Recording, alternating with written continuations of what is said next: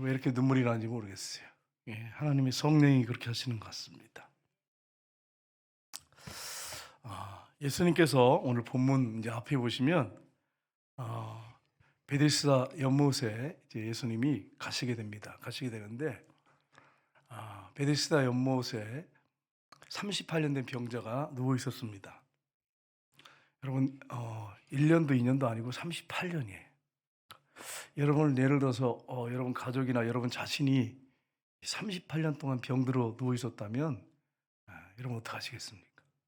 내 사랑하는 아들이나 딸이 38년 동안 병이 들었어요. 네. 아니면 여러분의 자신의 몸에 그런 38년 된 병이 들었다고 생각해 보십시오.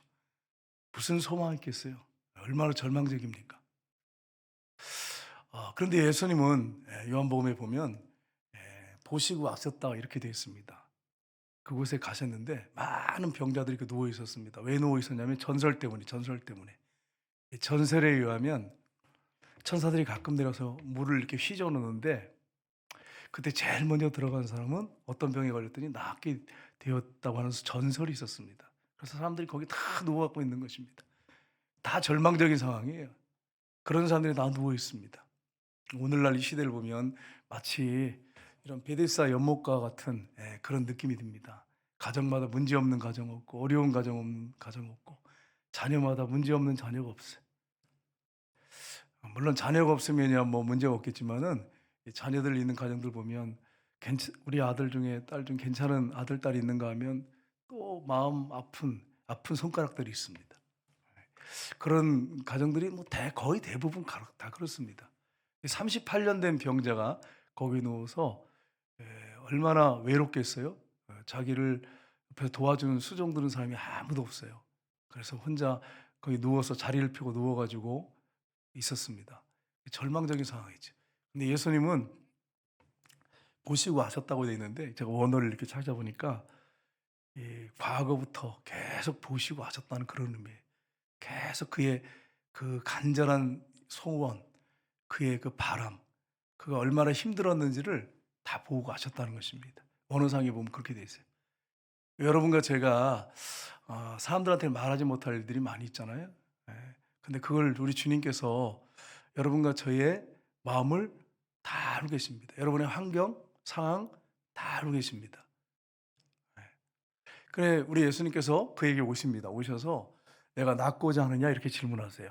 근데 여러분 이 38년 동안 누워 있었는데 거기에 왜 이런 질문을 하세요? 나으려고 온 거 아니겠어요? 다 아시면서 왜 그렇게 질문했을까요?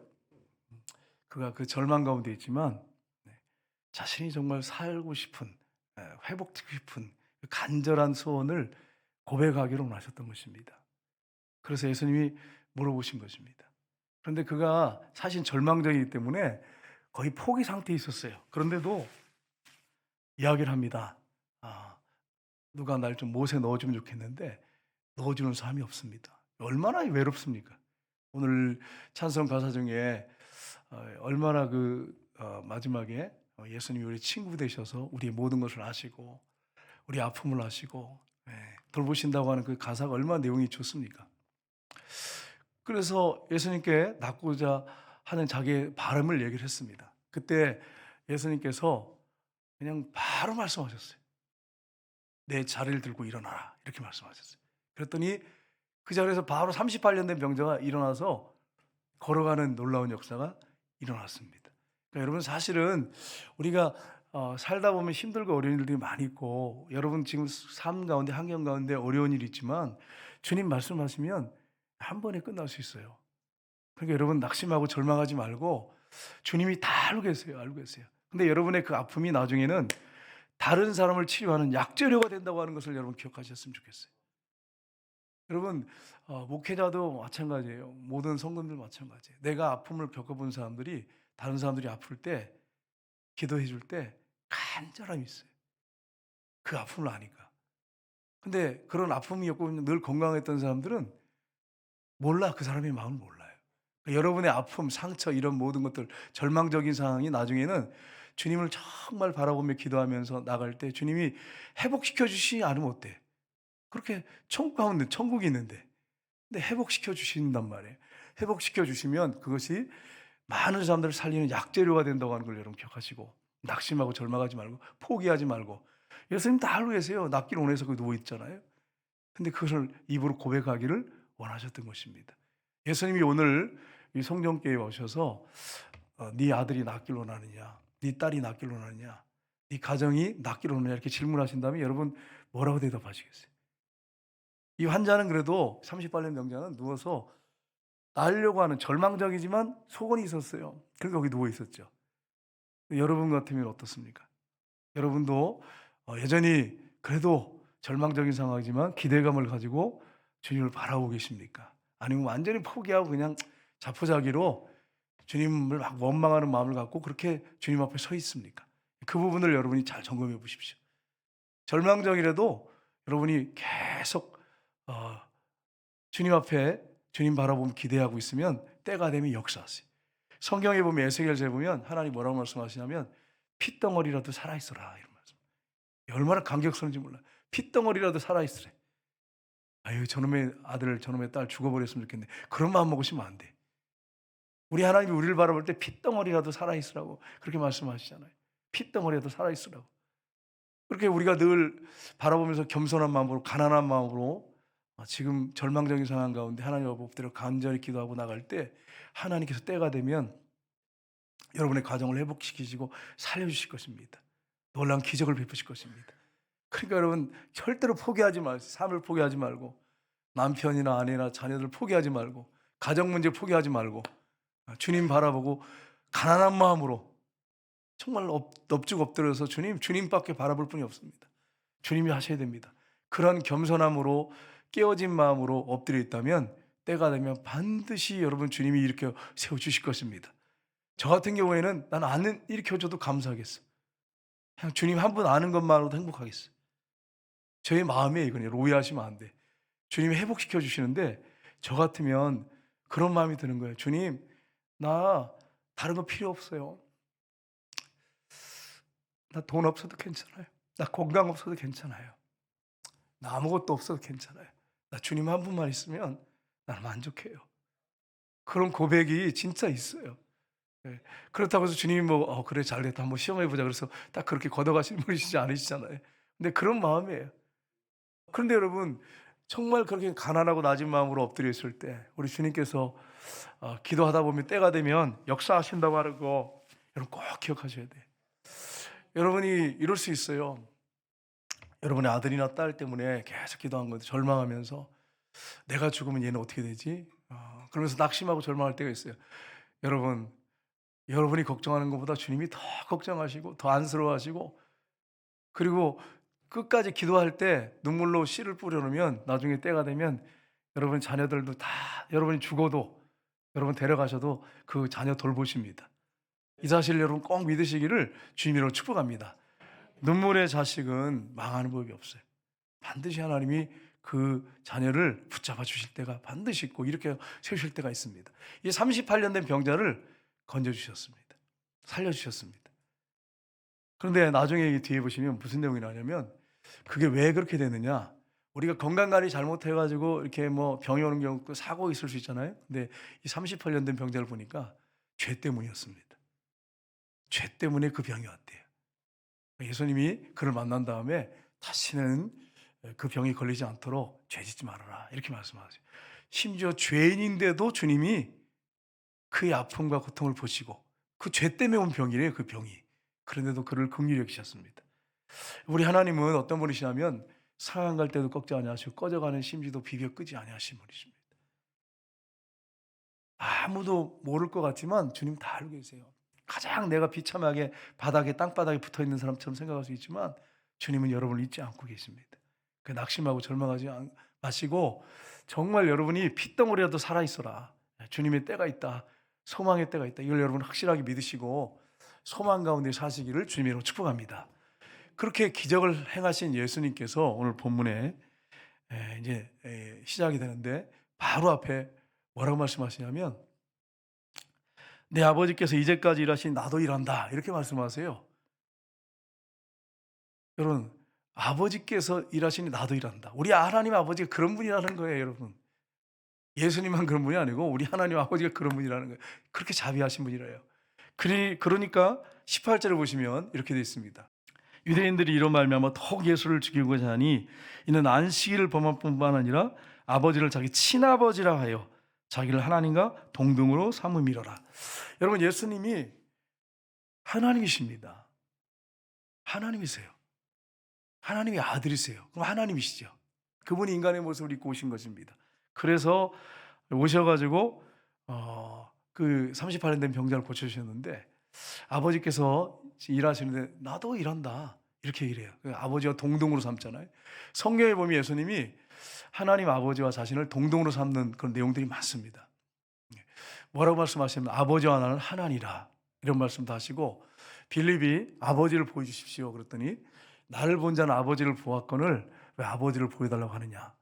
그러니까 여러분, 예수님이 하나님 아버지의 마음을 가장 잘 보여주시는 분이에요. 예수님이 하나님이세요. 그러니까 하나님을 제대로 여러분이 알려면 누구를 아시면 되냐면 예수님을 아시면 돼요. 근데 여러분, 저도 이제 잘못된 생각을 했는데 이 구약을 읽다 보니까 하나님이 정말 무섭더라고요. 공의의 하나님 맞아요. 공의고 거룩하시고 의롭고 죄가 없으셔요. 그냥 그분 앞에 감히 간다는 게 범접할 수 없는 분이시죠. 그런데 이게 보면 막 두려움이 엄습해요. 하나님을 보면 너무너무 위대하시고 그런 경외감이 막 들죠. 그냥 자동으로. 와, 하나님 정말 그분 앞에 내가 가까이 갈 수 있을까? 두려움이 생기기도 하고 그렇습니다. 그런데 여러분이 기억할 게 있어요. 그게 뭐냐면 우리 하나님은 예수님 성부 성자 성령은 삼일체세요. 그러니까 하나님이 어떤 분인지를 가장 잘 알려면 예수님을 보면 아는 거예요. 사람을 봐서는 몰라. 사도 바울을 봐갖고 예수님을, 물론 예수님 본받았기 때문에 사도를 보면 하나님 마음을 알 수 있겠지만 엄밀히 따지면 예수님을 봐야 하나님이 어떤 분인지 알아요. 근데 여러분, 하나님이 어떤 분이세요? 자기의 외아들을 이 땅에 보내주셨어요. 예수님은요, 저희 여러분을 위해서 십자가에 높이 달려서 물과 피를 다 쏟아 죽으셨어요. 죽어가시면서도 아버지여 이 죄를 저들에게 돌리지 말라고, 저들의 죄를 사해달라고 그렇게 하셨잖아요. 그러니까 하나님께서 우리를 그렇게 사랑하세요. 근데 왜 우리가 하나님 앞에 가까이 못 갈까요? 죄 때문이에요. 다른 이유가 없어. 죄 때문이야. 근데 예수님이 죄 문제를 해결해서 십자가에서 끝내버리셨어. 그러면 여러분, 십자가에서 그 온몸의 피를 다 물과 피를 쏟아 흘리신 피가 우리의 죄를 못 씻습니까? 깨끗게 하시잖아요. 그래서 그 피로 죄를 씻고 하나님 앞에 나갈 때 두려움으로 가는 게 아니에요. 두려움으로 가는 게 아니에요. 하나님을 사랑하는 마음을 가지고 나가는 것입니다. 물론 우리가 경외감은 가져야죠. 왜냐하면 그분이 너무 거룩하고 위대하시고 정말 하나님이시니까, 신이시니까, 우리는 인간이고 피조물이니까. 그러니까 그런 마음을 가지고 가야겠지만, 사실 하나님 앞에 갈 때는 사랑의 마음을 가지고 하나님 앞에 나가야 돼요. 그래서 예수님 말씀하셨잖아요. 너희 하나님 아버지를 마음과 목숨과 뜻과 힘을 다해 사랑해라. 이게 가장 큰 계명이다. 이게 핵심이다. 이렇게 말씀했잖아요. 근데 저와 여러분은 어떻습니까? 하나님을 그런 마음을 가지고 하나님 앞에 나가느냐 하는 거예요. 그걸 한번 질문해 봐야 돼. 우리 중에는 하나님이 두려워가지고 가까이 못 나가는 분도 있어요. 왜 그러냐면 죄 때문이죠. 죄 문제가 해결 안 됐다고 생각하니까 그렇죠. 근데 해결된 사람은 하나님 옆에 가면 뭘 느끼냐면 하나님의 뜨거운 사랑을 느끼게 돼. 그분 앞에 서면 감격할 수밖에 없어요. 그런 마음을 우리가 갖고 있느냐 하는 부분이에요. 하나님이 난 너무 좋습니다. 난 하나님을 사랑합니다. 하나님 한 분이 만족합니다. 그런 마음을 저 여러분이 갖고 있느냐 하는 것입니다. 여러분, 이걸 가져야 되는 게 왜 이렇게 중요하냐면 하나님이 우리를 사랑하셔서 자기 아들을 십자가에 달아 매셨어요. 하나님 눈에는 우리밖에 안 보이는 거예요. 그래서 아들하고 의논해가지고 아들을 십자가에 달아 매셨어요. 그 정도로 우리를 사랑하시는 분이세요. 그럼 여러분, 우리가 어떻게 하나님 앞에 나가야겠어요? 그 보혈의 피로 씻고 하나님 앞에 가까이 나가서 사랑의 고백을 하고 아빠 아버지라고 고백하고 그렇게 나가야죠. 그게 당연한 거잖아요. 근데 그렇게 못해. 신앙생활하는 분들 중에 많은 분들이 그렇게 못해. 여러분과 제가 만약에 이렇게 하나님 앞에 가까이 나간다면 하나님이 얼마나 우리를 사랑하시는지를 깊이 알게 될 것입니다. 근데 그렇게 가까이 나가지 못한 분들은 평생 하나님의 사랑이 어떤 사랑인지를 모르고 신앙생활하다 끝날 수도 있습니다. 네, 하나님이 그걸 원하지 않는다고 하는 것입니다. 오늘 본문에 보면 예수님이 이제 말씀하시는데 쭉 예수님 말씀입니다. 오늘 본문 내용은 다 예수님이 하신 말씀이에요. 근데 이 말씀해 보시면 예수님이 누구시고 어떤 일을 행하시는가 하는 것을 잘 보여주고 있습니다. 첫 번째는 아버지께서 보내신 아들로 더 큰 일을 행하십니다. 아버지께서 그렇게 하십니다. 예수님께서 성부, 성자, 성령 삼일체 하나님이신데 인간의 몸을 입고 오셨습니다. 근데 예수님이 이런 고백을 하시죠. 19절 우리가 아까 봤죠. 우리 다시 한번 보겠습니다. 19절 말씀. 그러므로 예수께서 그들에게 이르시되 내가 진실로 진실로 너희에게 이르노니 아들이 아버지께서 하시는 일을 보지 않고는 아무것도 스스로 할 수 없나니 아버지께서 행하시는 그것을 아들도 그와 같이 행하느니라. 아멘. 예수님은 아버지와 하나시고 늘 아버지 곁에 계셨던 분이에요. 한시도 떨어져 본 적 없고 그분은 영원히 아버지와 같이 계신 분이에요. 근데 보세요. 아들이 아버지께서 하신 일을 보지 않고는 아무것도 스스로 할 수 없다. 내가 내 임의로 마음대로 하는 게 아니다. 사랑의 하나님, 그 나의 아버지가 친아버지죠. 아버지께서 행하시는 그것을 아들도 그와 같이 똑같이 한다. 근데 어떻게 그렇게 하세요? 인간의 모습을 입고 오셔서. 인간의 몸을 입고 오셨어요. 여러분, 이거 상상할 수 있는 일입니까? 생각해 보세요. 우리가 성탄절을 금방 지났는데 하나님이 인간을 모습을 입고 오신다는 게 이게 어떻게 이게 가능한 일입니까? 여러분 여러분 개미로 갈 수 있습니까? 만약 간다면 개미로 가실 수 있겠어요? 나는 못 가겠어요. 누구한테 발표 줄지 모르는데 어떻게 개미로 가? 예? 근데 여러분 그거하고는 비교도 안 되는 창조자가 온 우주를 창조하시고 인간을 만들고 세상을 창조하신 창조자가 인간의 몸을 독생 성자로 성령으로 잉태돼 가지고 인간의 몸을 입고 인간이 되셔서 오셨어요. 그럼 어떻게 해야 이게 가능하죠? 사랑하지 않으면 불가능합니다. 사랑해야만이 이렇게 하실 수 있어요. 그럼 예수님이 얼마나 우리를 사랑하시는지 아시겠죠? 하나님도 우리를 사랑하시지만 예수님도 우리를 그렇게 사랑하세요. 얼마나 우리를 사랑하셨으면 인간의 모습을 입고 그렇게 오셨겠어요. 생각해 보세요. 네. 이렇게 사랑하셔서 오셨어요. 그런데 그 주님이 뭐라고 말씀하세요? 아버지께서 행하시는 건 내가 다 보고 그거 너희들한테 행한다. 이렇게 말씀하세요. 20절에 보시면 이렇게 말씀하십니다. 20절에 아버지께서 아들을 사랑하사 자기가 행하시는 것을 다 아들에게 보이시고 또 그보다 더 큰 일을 보이사 너희도 놀랍게 여기게 하시리라. 아멘. 여러분 하나님 아버지가 예수님을 얼마나 사랑하시는지 아버지에게는 아들이 전부예요. 아버지에게 아들이 가장 소중한 것입니다. 그렇게 사랑하셨어요. 근데 여러분 그 아들을 이 땅에 보내주셨어요. 십자가에 못 박아 죽게 하기 위해서. 그럼 여러분 우리를 얼마나 사랑하신지 여러분 아시겠어요? 이걸 어떻게 설교할 수 있겠어요, 여러분 이게? 그러니까 여러분 제가 평생을 설교하고 제가 한 1000살을 살며 설교한다고 해도 저는 이 표현을 다 못 하겠어요. 그냥 전달을 조금 할 수 있는 거지 스피커로 그냥 전달하는 것뿐이지 하나님의 사랑을 전달을 못 하겠어요. 그 아들을 그렇게 사랑하는 아들을 우리를 위해서 이 땅에 보내주셨어요. 이게 어떻게 여러분 인간의 머리로 해석이 되겠어요? 여러분 생각해 봐요. 불가능한 거예요. 그러니까 여러분 성탄절에 예수님을 오신 것을 우리가 그냥 쉽게 생각하시면 안 돼요. 야, 하나님이 얼마나 우리를 사랑했으면 자기 아들을 보냈냐. 십자가 못 박아 죽게 하기 위해서 보냈냐.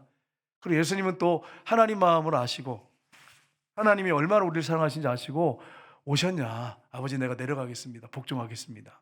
그리고 내려오셔서 십자가에 못 박아 죽으셨냐.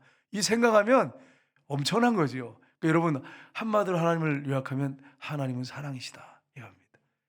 하나님이 공의롭고 의롭고 맞습니다. 그러시지만 하나님을 한마디로 요약하십시오 하면 하나님은 사랑이시라. 그게 나타났잖아요. 그 아들을 보냄으로 나타났어요. 십자가에 못 박아 죽게 하심으로 분명하게 보이셨잖아요. 그런 사랑을 받은 사람이 저와 여러분입니다. 다른 사람 얘기하는 게 아니에요 지금. 여러분과 제 얘기를 하고 있는 거예요. 여러분 이런 사랑을 우리가 받았다면 그분 앞에 우리가 어떻게 나가야겠습니까? 하나님을 사랑하는 마음을 가지고 나가야죠. 더 큰 일을 보이리라 하는데 이 더 큰 일은 뭐냐면 전능한 일이죠. 육적으로 하면 죽은 자를 살리는 일입니다. 하나님께서 죽은 자를 구약에 보면 살리신 게 나와요. 성경에 구약에 많이 나오죠. 예수님도 이 땅에 오셔서 죽은 자를 살리셨어요. 그런데 예수님이 십자가에 못 박혀 죽었을 때 하나님이 아들을 살리셨습니다. 그래서 내 아들이다. 내가 사랑하는 아들이다. 그걸 확실하게 부활을 통해서 증거하신 것입니다. 여러분과 저도 마지막 때 사랑하시기 때문에 그 아들의 보혈의 피가 묻혀진 저 여러분을 마지막에 성령으로 여러분과 저를 살리실 것입니다.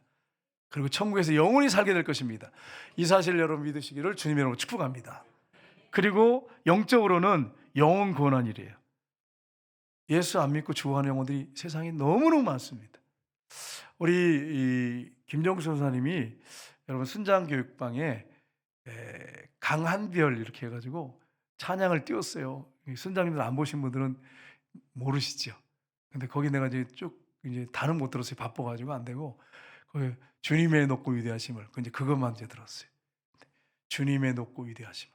그래서 강한별이 누군가 이게 버스킹하는 자매더라고 버스킹. 근데 저 어디더라 철산동 철산 무슨 음식점이 그 간판이 붙어있더라고요. 철산동. 그래서 이렇게 보는데 뭐 얼마나 감격스러워 눈물이 날 정도로 감격스러워 찬양이 너무너무 감격스러워. 그래서 강한별이 누구야? 그래가지고 이제 한번 찾아봤어요. 이게 누군가 이렇게 들어와서 강한별을 찾아봤는데 어머니가 그 모태신앙이 아니더라고 어머니는요. 예. 어머니가 전도를 받아가지고 교회를 나가게 됐는데 창세기 1장 1절부터 막히는 거예요. 태초에 하나님이 천지를 창조했잖아요. 이게 안 믿어지는 거야 이게. 그리고 목사님이 설교하시는데 하나님을 아빠라고 아버지라고 부르라고 하는데 이게 뭐 어떻게 하나님이 촌수가 이게 반다 이게 나한테 아버지가 있는데 무슨 하나님을 아버지라고 불러? 이래가지고 신앙생활을 못 하겠더래요 그 어머니가 강한별 어머니가. 그래가지고 작정 기도를 했답니다. 40일 작정 기도를 했대. 작정 기도하고 새벽마다 나와서 하나님 두 가지 소원을 들어주십시오. 하나님 말씀이 다 믿어지게 해주십시오. 창세기 1장 1절에 태초에 하나님이 창조하시고 거기부터 안 믿어지니까 하나님 말씀 다 믿어지게 해주십시오. 두 번째는 하나님이 아버지라고 하는 걸 좀 알려주십시오. 이 두 가지만 기도했대요 어머니가. 그래서 40일 작정 기도하고 새신자가 또 교회에 처음 와가지고 기도하고 또 금식 기도하고 그러다가 예배드리는데 하나님 말씀이 다 그냥 가슴으로 믿어지더래요. 그리고 하나님을 아버지라고 고백되더래요. 그래가지고 얼마나 감격스러웠는지 막 그 어머니가 은혜를 너무너무 받아가지고요. 너무 행복한 거죠 그 어머니가. 그래가지고 어머니 자기가 기억하는 어머니를 얘기하는데 초등학교 때 이렇게 학교 갔다 오면 어머니가 커튼을 다 이렇게 쳐놓고 방에 앉아서 막 방언으로 막 간절히 기도하는 모습. 그리고 설교 갖고 배워가지고 말씀 배운 걸 갖다가 도화지 같은 데 해놓고 딸들 앉혀놓고서는 그림 그려가면서 설교를 해주는 말씀을 가르치는 거죠 딸들한테. 근데 그 어머니가 가르치는 게 지금도 기억이 나는데 어릴 때 기억한 거 너무너무 재밌었대. 어머니가 말씀하는 게 그렇게 가르쳤대요. 설교 끝나고 오면 그거 가지고 와서 뭐 성막 물두멍은 뭐고 여러분 뭐 성막을 그려놓고서 막 가르쳐주고 그리고 늘 어머니가 기도하고 눈물로 기도하고 성경 쓰고 성경을 또 쓰는 걸 날 봤답니다. 그리고 자녀들에서 기도하는 모습. 그리고 어릴 때부터 또 새벽기도 데리고 가셔가지고 새벽기도 가고 그렇게 하다가 내가 뭘 하면 좋을까 하다가 내가 하나님을 찬양하는 사람이 되겠다. 이게 목표였대요. 그래가지고 찬양을 계속 했답니다. 고난 가운데서 찬양하고 역경 가운데 찬양하고 그러다가 이제 버스킹 이제 찬양을 하나님이 감동 주셔가지고 해가지고 제가 보니까 거의 1년 넘게 한 2년 가까이를 계속 예배를 드렸대요. 그 철산동에 거기 앞에서 사람들 많이 지나다니는데 그래서 처음에는 첫날 이제 예배를 이제 드렸는데 집에 갔대 왔더니 어머니 나 오늘 처음 예배 드리고 왔어요. 그랬더니 어머니가 환하게 웃더래요. 나중에 알고 보니까 어머니가 숨어서 딸한테 안 보이려고 숨어가지고 앉아서 계속 그 딸이 그 길게 서가지고 마이 스피커 하나 갖다 놓고 앰프 갖다 놓고 찬양하는 걸 숨어서 들으면서 계속 기도를 했다는 거예요 어머니가. 그런 얘기를 쭉 하더라고요. 기도의 어머니 기도의 어머니 정말. 네. 그러니까 우리에게도 이런 어머니 상이 돼야 돼요. 기도하는 어머니. 화장 잘해서 이렇게 예쁘게도 꾸며야 됩니다. 이게 필요하지. 전도해야 되니까 우리가 전도 목적이 돼야 돼. 여러분 어떤 남자한테 잘 보이려고 하는 거 아니잖아요. 그죠? 우리 권사님들 집사님들 얼굴 예쁘게 꾸미는 거 뭐 다른 남자한테 잘 보이려고 그런 거 아니죠. 그죠? 예? 전도하려고 목표가 전도하려고 해야 돼. 그래서 권사님들이 예쁘게 꾸미고 집사님들이 예쁘게 꾸미면 왜 이렇게 예쁘게 꾸미고 나오셨어요? 그러면 전도하려고 이렇게 돼야지. 예, 이게 정상이죠. 그렇지 않습니까? 예, 그게 우리의 삶의 목적이 그렇게 돼야 돼요. 우리가 직업도 전도하기 위해서 그렇게 전도해야지. 여러분 이걸 여러분 놓치시면 안 돼요. 그래 가지고 찬양하는데 계속 찬양을 했답니다. 근데 광야였대요, 자기한테는. 처음에는 좋았대요. 첫날 뭐 둘째 날. 근데 계속 찬양하는데 너무 외롭더래요. 나중에는 어느 날 보니까 아무도 없대, 주변에. 근데 혼자 찬양을 부르고 있는 거예요. 광야 같더래요, 광야. 그렇게 찬양을 계속하는 가운데 하나님이 은혜를 주셨는데 어떤 은혜를 주셨냐면, "야, 너 예배를 누구한테 드리는 거냐? 사람 보여주려고 드리는 거냐?" 이러시더래요. 아니, 사람들이 좀 와서 이렇게 호응도 크리스찬들이 지나가다가 찬양을 하면 좀 와서 찬양도 불러주고 잘한다고 박수 쳐주고 뭐 얼마나 좋아, 그죠? 근데 어떤 때는 한동안 아무도 가까이 안 오더래. 여러분 얼마나 힘들었겠어 한번 생각해 보세요. 너무 힘들었겠죠. 그런데 찬양을 하는 가운데 깨달아지는데 하나님께서 "너 누구 보기 위해서 예배드리냐? 누구 보기 위해서 찬양하냐?" 이러시더래. 그래 가지고 "주님 죄송해요. 네, 주님만 바라보고 찬양할게요." 그리고 주님만 바라보고 막 찬양을 하는데 너무 은혜를 받았대요. 그리고 다윗의 마음을 알겠대. 다윗의 마음을. 여러분과 제가 사람 보이려고 예배드리고 찬양하지 않기를 원합니다. 주님께만 드리기를 원합니다. 예, 오늘 우리 찬양하시는 분들 더 성령 충만해서 그렇게 드리기를 원합니다. 우리 장로님하고 권사님하고 찬양하는데 저가 얼마나 은혜가 되는지. 아유, 눈이 막 뜨거워가지고 막, 아유, 왜 이렇게 눈이 뜨거운가 이래가지고 찬양하는데 너무 감격이 돼가지고. 예, 이게 영성이죠, 영성. 우리 모든 집사님들, 권사님들이 정말 주님 앞에 드렸으면 좋겠어요. 저나 우리 저기 권사님, 집사님들을 바라보고 찬양하는 게 아니고 보이려고 하는 게 아니라 주님 앞에만. 다른 사람들이 혹시 욕을 하고 비난하더라도 주님 앞에만 그렇게 드리는 찬양이 되기를 주님으로 축복합니다. 여러분 그렇습니다. 우리가 마지막 때 더 큰 일을 보게 될 텐데 요한복음에 보면 14장 12절을 보십시오. 같이 읽겠습니다. "내가 진실로 진실로 너희에게 이르노니 나를 믿는 자는 내가 하는 일을 그도 할 것이요 또한 그보다 큰 일도 하리니 이는 내가 아버지께로 가니라." 아멘. 정말 여러분과 제가 하나님을 사랑해서 하나님 앞에만 우리가 그렇게 찬양하고 하나님 앞에만 우리의 마음을 쏟는다면 예수님 말씀하셨어요. 더 큰 일도 하게 될 거라고. 근데 여러분 그렇게 쓰임받는 목회자들이 얼마나 많습니까? 평신도 사역자들이 얼마나 많습니까? 뭐 어떤 목사님의 그 설교는 뭐 60개국으로 막 그냥 동시 통역돼 가지고 번역이 돼서 나가는 설교가 있는가 하면 어떤 그 평신도 사역자는 계속 섬겨나가요, 섬겨나가. 평신도예요, 평신도. 교회 세우고. 이번에 오신 우리 임동진 목사님 말씀하시잖아요. 평신도들이 세운 교회가 더 많다고. 그래서 새로 역사를 다시 써야 된다고. 평신도 중심의 어떤 그런 관을 가지고 책을 써야 된다고. 과거에 우리의 그 믿음의 선배들은 추수 다 끝난 다음에 그 겨울에 전도하러 가겠다, 교회 세우러 가겠다고.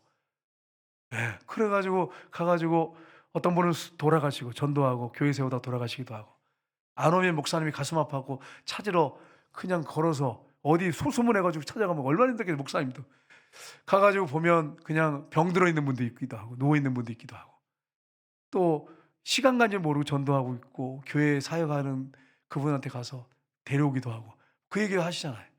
그렇게 평신도들이 옛날에 헌신했기 때문에 우리나라 한국교회가 이렇게 부흥이 됐고 서 있는 것입니다. 평신도들이 얼마나 여러분 소중하고 귀한 분인지 몰라요. 여러분 이 사실을 알고 여러분과 제가 사람에게 보이려고 하지 말고 하나님께만 보이려고 하는 그런 여러분 되시기를 주님으로 축복합니다. 하나님은 전심으로 자기를 향하는 자를 향해서 능력을 베푸신다고 말씀하셨어요. 그럼 여러분과 저는 전심으로 하나님께 향해 있는지 여러분 마음이 한번 체크해 봤으면 좋겠어요. 나는 정말 내 마음에 100%, 99%는 전심 아니잖아요. 99%도 귀한 거죠, 사실은. 엄밀히 비교하면 상대적으로. 근데 전심이라고 하는 것은 100%잖아요. 생각해 보세요. 여러분 남편이 여러분한테 "여보, 내가 당신을 너무너무 사랑해. 99% 사랑해. 1%는 저 옆집에 있는 아줌마한테 가 있어." 이러면 이게 전심 아니잖아요, 여러분. 전심 아니잖아요. 전심이란 말은 100%란 말이잖아요. 전심으로 자기를 향한 자들에게 능력을 베푸신다고 말씀했어요. 여러분과 제가 정말 하나님 앞에 전심으로 나가는 역사들이 있기를 주님으로 축복합니다. 두 번째는 재림의 때에 심판자로 오십니다. 21절을 보시면 이렇게 말씀하십니다. 아버지께서 죽은 자들을 일으키신 같이 아들도 자기가 원하는 자들을 살리느니라. 아멘. 여기서는 육적인 게 있고 영적인 게 있습니다. 구약에 하나님이 아버지께서 살리셨어요. 죽은 자를 정말 육적으로 살리셨어요.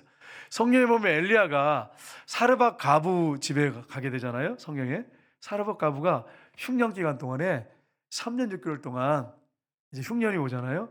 비가 안 내리는데 가가지고 나뭇가지를 줍고 있는 사르밧 가부한테 가서 뭐라고 하냐면 나한테 물을 달라 그래요. 물을 줬어요. 나에게 먹을 걸 달라고. 걸어오느라고 너무 힘들다고 지쳤다고 먹을 걸 달라고 하니까 밀가루 한 줌, 기름 한 조금이 있는데 그거 가지고 빵을 만들어 먹고 아들하고 죽으려고 한다는 거예요. 근데 뭐라고 합니까 엘리야가? 그것을 가지고 오라는 거예요. 만들어서 먼저 가지고 나한테 먹게 해달라고 하고 그 다음에 먹으라고 이렇게 얘기를 해요. 여러분 이게 저는 거짓 선지, 거짓 목사지 오늘날로 하면 거짓 목사지 이게 진짜 목사입니까? 아니, 세상에 그래 가난한 가부가 아들하고 그 밀가루 조금하고 기름 조금하고 그거 가지고 빵을 만들어 먹고 죽는다면 여러분 거길 저 같으면요 엘리야보다 전 한참 못하지만 저는 못하겠어. 차라리 내가 굶어 죽고 말지. 그런데 엘리야가 왜 그렇게 한지 아세요? 하나님 믿었기 때문이에요. 그래서 뭐라고 합니까? 그걸 가지고 만들어 오라고 하면서 하나님 말씀에 밀가루통에 밀가루가 떨어지지 않고 기름병에 기름이 떨어지지 않는다고 그렇게 말씀했어요. 그러니까 엘리야가 양심이 없는 게 아니고 하나님을 전적으로 신뢰했던 거예요. 믿었던 것입니다. 그러니까 가라바 가부가 그걸 만들어 가지고 왔어요. 만들어 가지고 떡하고 기름 가지고 떡을 만들어서 줬어요. 어떤 일이 벌어졌습니까? 3년 6개월 동안 밀가루통에 밀가루가 떨어지지 않고 기름병에 기름이 마르지 않았어요. 여러분 요즘에 뉴스를 보시면 여러분 어떠세요? 앞으로 2024년도, 2025년도는 너무 힘든 해가 될 것이다 그랬어요. 그런 뉴스를 해요. 근데 여러분 제가 이제 그러면 2024년, 25년도만 힘들까? 그리고 전해를 한번 뉴스를 한번 쭉 찾아봤어. 2024년도 것도 봤어. 올해가 가장 힘든 해입니다. 정말 올해 어떻게 넘길지 모르겠습니다. 뉴스가 그런 비슷한 내용을 하는 거예요. 2026년도에도 그렇고. 왜 해마다 보니까 그 똑같은 거의 비슷해. 그럼 여러분 2024년도 정말 힘들 겁니다. 우리나라 위기 있고 우리 정말 감당 못할 겁니다. 2025년도 더 힘들 겁니다. 그러면 그 뉴스 앵커가 말하는 거 아니면 사람들이 말하는 걸 따르겠습니까? 아니면 미래학자들이 예언한 것들 대부분 이제 2024년도가 어렵대요. 2025년도하고 심각한 일이 벌어진대요. 그럼 그 말을 믿겠습니까? 주님의 말을 믿겠습니까? 대답 못 하잖아요. 여러분 불안한가 봐요. 주님의 말씀을 믿겠습니까? 그 사람들의 세상 사람들이 하는 말을 듣겠습니까? 주님 말씀을 들어야지요. 그러면 흉년 기간에 굶어 죽는데 3년 6개월 동안 밀가루가 떨어지고 기름병에 기름이 마르지 않게 해주신다고 주님이 하나님이 하셨다고 하셨잖아요. 그러니까 그대로 순종했더니 그게 그대로 이루어졌어. 여러분 올해 힘들 거라 우리가 그렇다고 해서 마음 그렇게 살아라 그런 말이 아니에요. 기도하며 사십시오. 믿음으로 사십시오. 오직 의는 믿음으로 말미암아 살리라. 하나님이 책임져 주십니다. 목사님 우리 교회 어려울 거예요. 맞아요. 어려울 거야. 근데 여러분 우리가 믿음으로 기도하며 나가면 정말 위기가 계속 우리 교회에 닥치고 어려움이 있어서 우리 교회 망할까요? 제가 주인이고 여러분이 주인이면 우리 교회 망합니다. 근데 정말 예수님이 우리 교회 주인이고 왕이시면 우리 교회 망하지 않습니다. 이 사실을 여러분 확실하게 믿고 주님을 주인 되게 해드리는 하나님을 하나님 되게 해드리는 그런 역사들이 저와 여러분에게 있기를 주님으로 축복합니다. 그러니까 걱정할 게 없는 거예요. 쓸데없는 걱정이 쓸데없는 걱정. 쓸데없는 걱정 우리는 막 예측을 해가지고 이러면 이럴 거고 저러면 저럴 거고 그래 망할 거야 힘들 거야. 그 우리의 생각이 우리 생각. 그 생각을 쫓아 살 겁니까? 아니면 말씀을 쫓아 살 것입니까? 말씀을 쫓아 살아야지. 그러니까 여러분 이런 사실을 알고 절대로 여러분 낙심하고 절망하지 말고 성령의 인도와 받으면서 말씀 묵상하시고 말씀 안에 살아가시기를 주님으로 축복합니다. 그러니까 제가 말씀 묵상하고 주님과 동행하니까 여러분이 어떻게 보면 뻥치는 것 같지만 여러분 들을 때는 뻥치는 것 같지만 우리 교회 부흥합니다. 하나님 우리 교회를 축복하실 것입니다. 분명히 고난이 있어요. 역경이 있어요. 저는 없다고 생각하지 않습니다. 분명히 있어요. 그러면 하나님 우리 교회를 축복하실 것입니다. 축복 안 해주셔도 감사해. 이대로 있다가 그냥 천국 가도 감사한데 우리 교회를 축복하실 것입니다. 이걸 여러분 믿으셔야 돼요. 믿으셔야 돼. 나는 주님 한 분이면 만족해. 그래서 뭐 하나님이 아무것도 안 해줘서 나는 감사해. 난 주님 한 분만이면 행복해. 근데 해주신다고 하니까 감사하잖아요. 그러니까 여러분 이 사실을 꼭 믿으셔야 돼. 그래서 여러분 하나님 말씀을 믿고 묵상하고 주님과 늘 동행하시면 하나님 우리 교회를 통해서 엄청난 일을 행하실 것입니다. 왜냐하면 하나님이 영혼들을 사랑하시기 때문에, 성경들에 있는 영혼들, 경북적에 있는 영혼들을 사랑하시기 때문에. 여러분 우리 그 목사님 이리 출신이잖아요. 우리 임동진 목사님이 이리 출신이신데 그분은 좌파 우파도 아니고 어디 편도 아니에요. 하나님 편이에요. 그래가지고 막 민주당 놈 그러면서 막 책망하시잖아요. 홍준표도 막 책망하시고. 왜 그러냐면 하나님 편이기 때문에 그래요. 잘못한 게 과감하게 말씀하시죠. 과감하게 말씀하시죠. 뭐 눈치 보지 않아요. 그 목사님 보면 눈치 보지 않습니다. 근데 그분이 이런 말씀하세요. 여러분 설교 들으셨잖아요. 익산 같은 경우에는 53%예요. 두 사람 중에 한 사람이 예수 믿는 사람. 우리 경북은, 구미는 6% 7%. 7%. 그러면 여러분 하나님의 능력이 없어서 이렇게 붕이 안 됐을까요? 경북적이 전도가 안 돼가지고 붕이 안 됐을까요? 아니에요. 목숨 걸고 전도하는 전도자들이 없었기 때문에. 익산 같은 경우 얘기 들어보면 정말 목숨 걸고 전도해요. 목숨 걸고. 우리 구미에도 전도하는 분들 많아요. 존경스럽습니다. 목숨 걸고 전도해야 돼. 목숨 걸고. 그러니까 여러분 붕이 일어나는 거예요. 그러니까 여러분 어떤 지역 지역 탓할 거 없어요. 여러분 우리가 정말 내가 하나님 앞에 바로 서 있느냐 이게 중요하지. 경북에 살든 전라도에 살든 관계없어요. 하나 돼야지. 전라도도 경북도 하나 돼야지. 하나님이 사랑하신다면 서로 하나 돼야지. 성경 안에서 하나님 말씀 안에 진리 안에서 하나 돼야지. 그러니까 여러분 누구 막 싸다여가지고 우리 욕하면 안 돼요. 왜냐하면 뭐 그런 목사님도 계시잖아요. 전라도 목사님 얼마나 능력 있어요. 얼마나 담대하십니까? 과감 없이 욕하잖아요. 잘못하면 잘못했다고. 그러니까 여러분 우리가 이게 분명하다면 하나님이 우리 편에 서 있다면 우리가 하나님 편에 서 있다면 하나님 우리 편에 서라고 그렇게 여러분 하시면 안 돼. 내가 하나님 편에 서야 돼. 내가 하나님 편에. 그래서 목숨 걸고 우리가 새해에는 부족하지만 처음부터 어떻게 좀 세속적인 말이지만 첫술에 어떻게 배부르겠어요? 이런 말 사용할 필요는 없지만 그래도 이해가 딱 공감이 오잖아요. 적은 순종이라도 우리가 계속 우리 교회가 했으면 좋겠어요. 적은 순종이라도.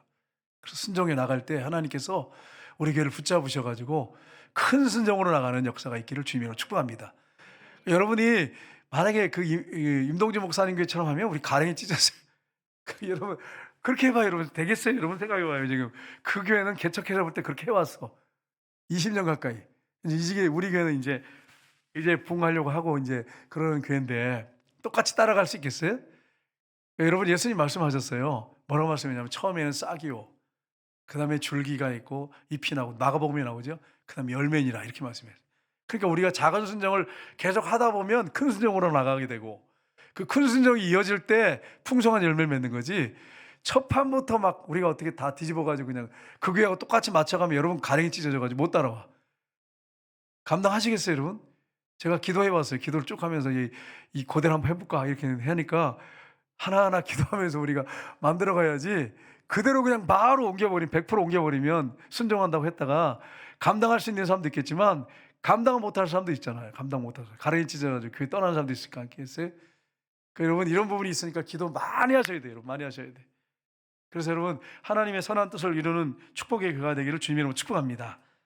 우리 예수님은요 엘리야나 엘리사하고 다릅니다. 엘리야와 엘리사는 엘리야 같은 경우에는 사르밧가브 아들이 죽어가지고 어떻게 하냐면 그 앞에 엎드려가지고 2번이나 엎드렸어요. 간절히 부르짖고 기도하고 그랬더니 몸이 따뜻해져가지고 사르밧가브 아들이 살아났습니다.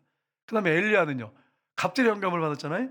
엘리사는 그래서 어떻게 하냐니까 수냄 여인 아들이 죽었을 때 거기에 보면 엘리야는 세 번 엎드렸어요. 그 아이의 몸에 엎드려가지고 간절히 기도해서 아이가 살아났는데 엘리사는 2번이에요.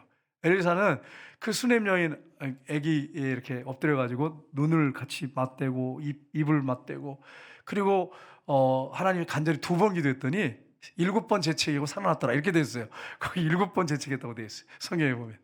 근데 그렇게 막 하나님께 기도하면서 이렇게 막 끌어안고 간절히 했어요. 근데 예수님은요. 예수님은 12해 12년 된 예, 12살 된 딸이 죽었어요. 해당장 야이로의 딸이. 그래서 예수님이 딱 들어가셨어요. 들어가셔 가지고 뭐라고 말씀하세요? 막 끌어안고 막 간절히 기도하고 그러셨어요. 달리다 쿰 이렇게 하셨어요. 원어상으로. 딱 한마디야. 달리다 쿰. 소녀야 내가 내게 명하는 일어나라. 그랬더니 소녀가 그냥 일어나 가지고 말도 하고 음식도 먹었어요. 또 여러분 장례식 당한 이 나인성 과부가 아들을 키웠는데 그 아들이 죽었어요. 그래 가지고 그 아들을 남편처럼 여기고 살아왔는데 얼마나 힘들었겠어요? 울면서 상해를 따라가는데 예수님이 딱 오셨더니 울지 말라 하시고 예수님이 얼마나 사랑이 많으십니까?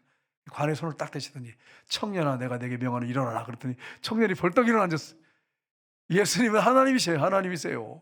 육을 입고 오신 하나님이세요. 그러니까 벌떡 일어나잖아요. 그리고 여러분 사르밧 나사로의 무덤에 가셔서 사흘 됐어요. 나흘 됐어요. 4일 됐는데 4일 됐는데 그래서 시체 냄새 난다 그랬어요. 근데 예수님이 나사로야 나오너라 그랬더니 어떤 일이 벌어졌습니까? 죽었던 나사로가 걸어 나오는 예?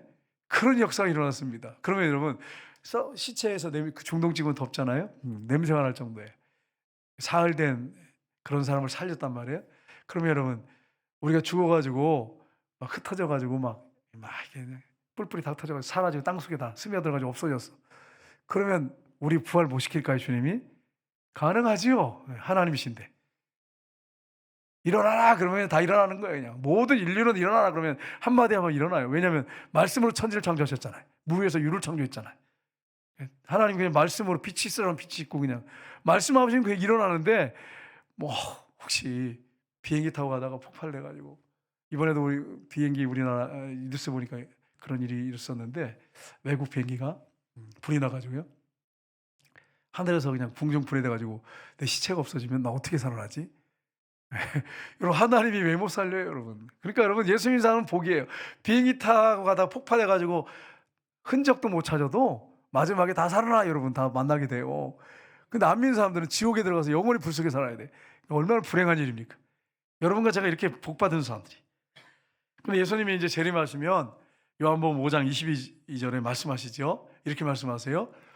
아버지께서 아무도 심판하지 아니하시고 심판을 다 아들에게 맡기셨으니 마지막에 심판지로 예수님 오십니다. 근데 그분이 누구시죠? 예수님이세요. 나를 위해 죽어주신 예수님이세요. 제가 이제 기억이 잘 안 나는데 어느 나라인지 기억이 안 나는데 그 큰 나라의 왕자였는데 이 왕자가 여러분 왕자니까 여러분 그 여자들이 그 신부가 되려고 얼마나 노력을 많이 했겠어요. 단장하고 막 그냥 얼마나 잘 보려고 그냥 그렇게 했겠어요. 그런데 이 왕자가 어떤 생각을 했냐면 나를 정말 사랑하는 여자를 만나서 결혼해야겠다 이런 마음을 먹었어요. 그래가지고 시골로 그냥 허름한 옷을 입고 거지 같은 옷을 입고 그냥 갔어요. 가가지고 어떤 아가씨가 마음에 들었어요. 근데 이 아가씨가 정말 나를 사랑하는지 모르잖아. 그래가지고 이 아가씨한테 이제 사랑한다고 하고 그래서 이제 그러니까 이 아가씨가 뭐 사랑한다고 자기도 고백하고 가난한데 둘 다 가난해. 그러니까 얼마나 비참한 삶을 살고 사는지 너무 가난하고 비참해. 그런데 이 아가씨를 보니까 정말 자기를 사랑하는 것 같아. 그래가지고 이제 살게 됐습니다. 결혼하게 됐습니다. 가난하게 뭐 결혼식도 제대로 못하고 그러면서 같이 일을 하면서 정말 이 여자가 나를 사랑할까? 그래가지고 확인하기 위해서 근데 여러분 같으면 어떠시겠어요? 결혼을 해가지고 신랑이 뭐 가난해. 그래가지고 우리 신랑은 예수님이에요. 여러분 착각하시면 안 돼요. 육신의 신랑은 하나님께서 여러분을 도우라고 세워준 거지 여러분의 진짜 신랑은 예수님이세요. 그래가지고 이제 가난해. 찢어지게 가난해. 그래가지고 사는데 이 여자가 마음이 안 바뀌는 거예요. 그렇게 힘든데 그냥 손이 다 부러뜨시도록 그냥 손이 까지도록 하는데도 일을 하는데도 남편을 사랑하는 거예요. 그러더니 남편이 어느 날 그랬다는 거예요. 조금만 기다리라고 나 어디 좀 갔다 오겠다고. 그러니까 기다려달라고 그랬대요. 그리고 떠났는데도 한 1년 가까이를 또 테스트해 보는 거죠. 정말 사랑하는지. 변함이 없어요. 나중에 왕복을 입고 그 지역에 왔다는 거예요.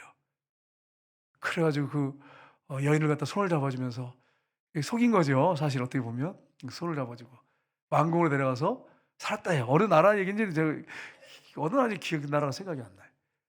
제가 왜 이 얘기를 하는지 여러분 아시겠어요? 예수님이 우리의 신랑이십니다. 이 땅에 살아가는 동안에 예수 믿어도 죽을 수 있어요. 육을 입기 때문에 병들 수 있고 가난하게 살 수 있어요.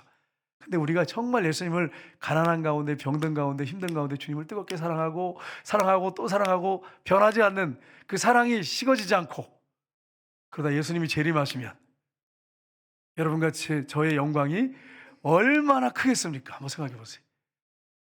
그러니까 예수 믿는데 왜 내가 그렇게 가난이 되고, 예수 믿는데 우리 왜 이렇게 난 병들어야 되고, 그런 생각하지 말고 예수님이 여러분과 신랑이에요. 저와 여러분이 신랑이에요. 나중에 예수님 재림하셔서 심판지로 오십니다. 근데 사랑이 변하지 않고, 주님의 신부로 그 사랑이 변하지 않고 주님 앞에 서게 되면 잘했다고 칭찬하시고 우리는 눈물을 닦아주실 것입니다. 그러나 가난하다고, 병들었는데 주님 안 돌보신다고, 힘들다고, 핍박이 있다고 주님을 향한 사랑이 식어져 버리면 어떻게 주님 만나겠어요, 여러분? 여러분이 점검해 보세요. 여러분의 사랑의 온도가 지금 몇 도인지를 점검해 보세요. 인간 왕자도 그렇게 사랑을 확인하고 싶어서 그랬는데, 우리는 예수님의 진짜 신부잖아요. 그러면 여러분, 마지막에 믿음을 보겠느냐? 사랑이 점점 식어질 텐데, 여러분과 저의 믿음이, 주님을 향한 사랑이 식어지지 않아야 돼. 그래서 여러분, 요한계시록에 보면 예수님이 나타나셔가지고 서바나 교회를 칭찬하시는데, 그 교회가 가난했어요. 가난했어요. 여러분, 한번 질문해 보세요. 예수님이 사랑하는 교회예요. 근데 그 교회가 재정이 어렵고 가난했어. 예수님이 사랑하면 교회가 다 부자로 살아야 됩니까? 라오디게아 교회 보면 뭐 부자였어. 근데 네 눈 먼 곳, 뭐 헐벗은 거 보지 못하느냐, 영적으로 말씀하시죠. 막 책망하시잖아. 재정이 빵빵했어. 그 지역에서 돈도 많은 교회였어. 교회도 크고 화려하고. 중요한 건 주님을 향한 사랑이에요. 성도들이 정말 주님을 사랑하느냐, 그거예요. 가난하고 뭐 병들었냐, 그게 문제가 아니고 주님을 사랑하는 마음이 변함이 없느냐, 그거예요. 여러분과 제가 주님을 뜨겁게 사랑하시기를 주님으로 축복합니다. 나중에 하나님 앞에 가면 그 영광이 얼마나 크겠습니까? 한번 생각해 보세요. 사랑이 변함이 없이 주님의 신부로 살다가 나중에 주님 재림하시면 심판지로 오실 텐데, 시간이 많이 됐기 때문에 성경 구절은 다 보지 않겠습니다. 세 번째, 마지막으로 주님을 믿는 자, 그 음성을 듣는 자는 영생의 부활로 나오게 됩니다. 성경 구절 많지만 다 안 보겠어요. 안 보고 기도하면 좋겠는데, 요한복음 5장 27절, 28, 29절 마지막으로 보겠습니다. 같이 읽겠습니다. 또 인자됨으로 말미암아 심판하는 권한을 주셨느니라. 이를 놀랍게 여기지 말라. 무덤 속에 있는 자가 다 그의 음성을 들을 때가 오나니, 선한 일을 행하는 자는 생명의 부활로, 악한 일을 행하는 자는 심판의 부활로 나오리라. 아멘. 심판한 권세를 하나님이 예수님께 다 주셨습니다. 그래서 여러분, 그분이 심판하러 오시게 될 텐데, 선한 일을 행하는 자는, 여기서 안 믿는 사람 생각하시면 안 돼요. 선행해야 구원받는다, 그 말이 아니에요, 여러분. 예수님은 우리를 죄에서 구원하기 위해서 오셔서 십자가 못 박혀 죽으셨습니다. 근데 안 믿어. 죄 문제 해결하기 위해서, 천국 가기 위해서 길을 열어놓으셨는데 안 믿어. 그러면 하나님이 원수예요. 안 믿는 사람들. 아무리 선행을 해도 원수야. 죄인이에요. 대적자입니다. 대적자. 나름대로 인간적인, 상대적으로 뭐 불쌍한 사람 돈을 좀 도와줄 수도 있고, 뭐 쌀을 갖다 줄 수 있어요. 그걸 선행으로 보지 않습니다. 왜요? 악인으로 보십니다. 하나님을 대적하고 원수이기 때문에. 그런데 예수 믿는 사람은 어떻습니까? 주인으로 인정하고 그분께 순종하면서 주님을 뜨겁게 사랑하고 본심, 영혼을 뜨겁게 사랑하면서 섬기기 때문에 마지막에는 주님 앞에 섰을 때 상급이 있고 영생의 부활로 나가게 됩니다. 여러분, 안 믿는 사람들이 다른 사람들을 도와줄 때 불쌍하다 이런 마음으로 도와주는 경우도 있습니다. 그걸 우리가 무시하면 안 됩니다. 그러나 누굴 위해서 하냐면, 깊게 따지고 들어가 보면요, 자신을 위해서 합니다. 자신을 위해서. 공덕을 쌓아야 천국 간다고 하니까 자신을 위해서 하는 일이에요. 선행도. 십자가는 안 믿고, 하나님은 안 믿고, 완전 대적자고 원수잖아요. 그러면서 자기는 나름대로 선행을 한다고 하는데, 하나님 보실 때는 자기를 위해서 하는 거예요. 자기를 위해서. 그러니까 여러분, 그걸 받아주시지 않죠. 주님께서 받아주지 않습니다. 하나님 받아주지 않습니다. 그러나 우리는 어떻습니까? 예수님을 믿고 그분으로 주인으로 믿고 주님을 사랑하면서 어려운 사람들 돕고 선행을 하고, 그게 크지 않아도 괜찮아요. 정말 주님을 사랑하는 마음, 영혼을 사랑하는 마음을 가지고 하면 나중에 주님께서 우리에게 큰 상을 주시고 영원한 생명, 영생의 부활로 우리를 살리셔서, 예수님이 마지막에 딱 심판지로서 양과 염소를 갈라놓은 것처럼 쫙 갈라놓습니다. 여러분, 이 사실을 여러분 기억하셔야 돼요. 염소는 다 지옥에 들어가요. 양은 영원한 천국에서 이 지복을 누리며 살게 됩니다. 이러한 일들이 마지막에 있을 것입니다. 이 사실 여러분 기억하시고 여러분 끝까지 우리가 사랑, 믿음 변하지 않고 주님을 사랑하다가 주님 만난 역사가 여러분에게 있기를 주님으로 축복합니다. 시간에